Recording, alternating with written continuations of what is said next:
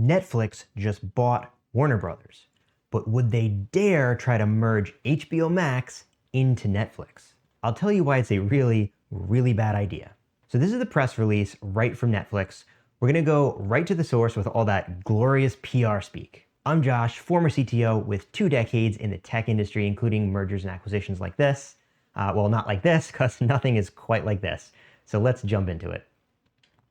So here's what they're saying here in the press release.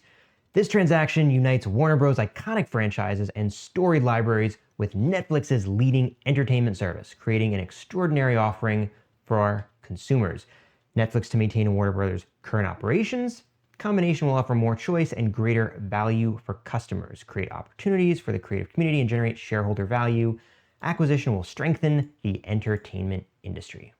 Okay, so these things, press releases like this one, they're tailored to 2 audiences specifically, and neither of them is us, the people watching the shows on the platform. It's aimed at shareholder relations and news outlets. And what that means is the shareholders, that's the people who invest in the company. And this is telling them, here's why you should buy more shares of Netflix. And then on the news outlet side, this is the press release that goes to the news writers, right? So they're not expecting us to read it directly. I mean, it's available, right, if we want to, but mainly this is tailored at, say, a New York Times writer to read this and then write their own article on the acquisition, and then we read that.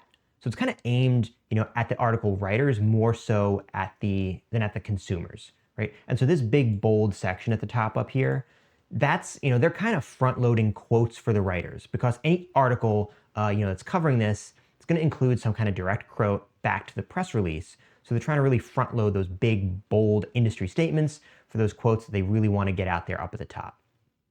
But there are 2 interesting word uses here. One is maintaining the current operations, and the other is offering more choice, right? Offering more choice to consumers. And we'll get to those in a second, because I suspect they're kind of building up to something here. So continuing on, we can skip these first couple paragraphs here. This is just the shareholder relations part. There's plenty of business and stock YouTubers who are more interested in that stuff. And they go on to talk about the different offerings. Interesting here, they tend to use the word storytelling a lot, which is interesting to me because that's a line that Disney really likes to use. The other giant trying to monopolize this industry. It kind of makes me wonder how much of this is a direct play versus Disney, either to keep WB out of Disney's hands or maybe push directly more into that space. But again, that's business stuff. So let's jump down. We'll go down to here with these bullet points. Complementary strengths and assets. Warner Bros. Studios are world-class, with Warner Bros. Recognized as a leading supplier of television titles and film entertainment. HBO and HBO Max, there you go, the streaming platforms, also provide a compelling complementary offering for consumers. Netflix expects to maintain Warner Bros. Current operations and build on its strengths, including theatrical release for films, by adding the deep film and TV libraries of HBO and HBO Max programming. Netflix members will have even more high-quality titles from which to choose. This also allows Netflix to optimize its plans for consumers, enhancing viewing options and expanding access to content. All right, so this is where it gets interesting. We've got 2 massive streaming services merging here, right?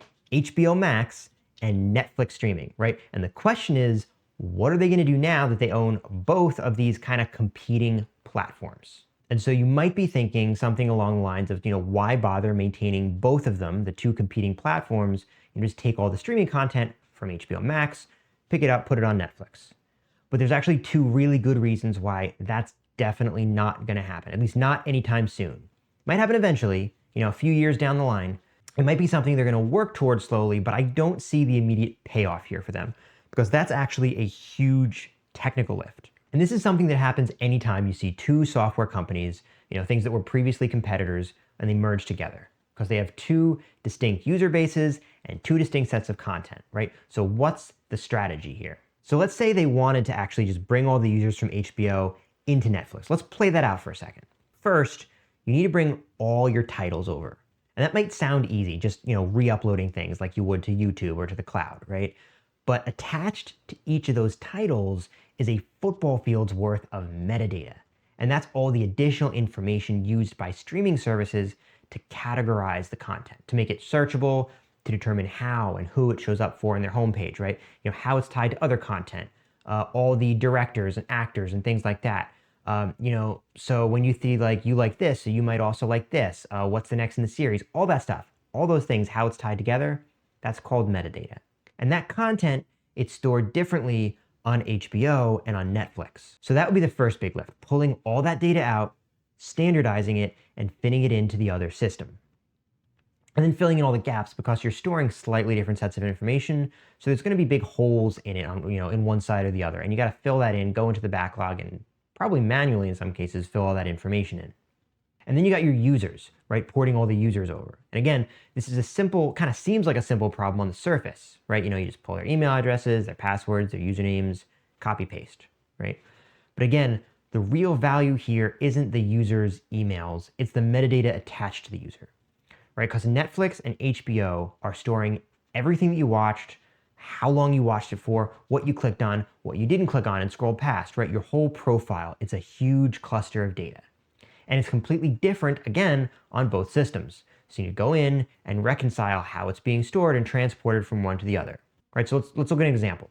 Maybe on one, it saves your average drama watch time, okay? And then on the other, it's the total watch time on each drama. And then it does that average calculation on the fly when it needs to, right? So now we need to go in and we got to reconcile that. Which one do we use? Do we drop the average drama watch time as a saved value?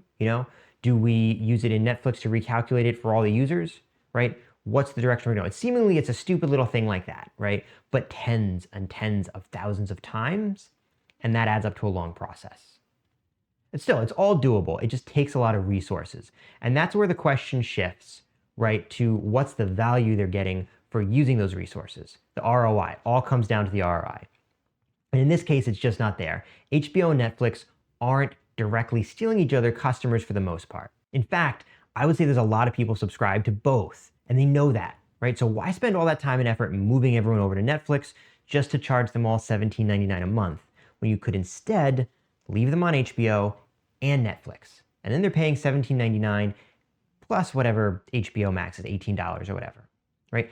And that's exactly what it sounds like they're planning on doing when they say optimizing plans for viewers. So I'm guessing that means bundling options, things like Netflix plus HBO for a slightly lower price, right? And that still means more than a solo Netflix subscription would anyway.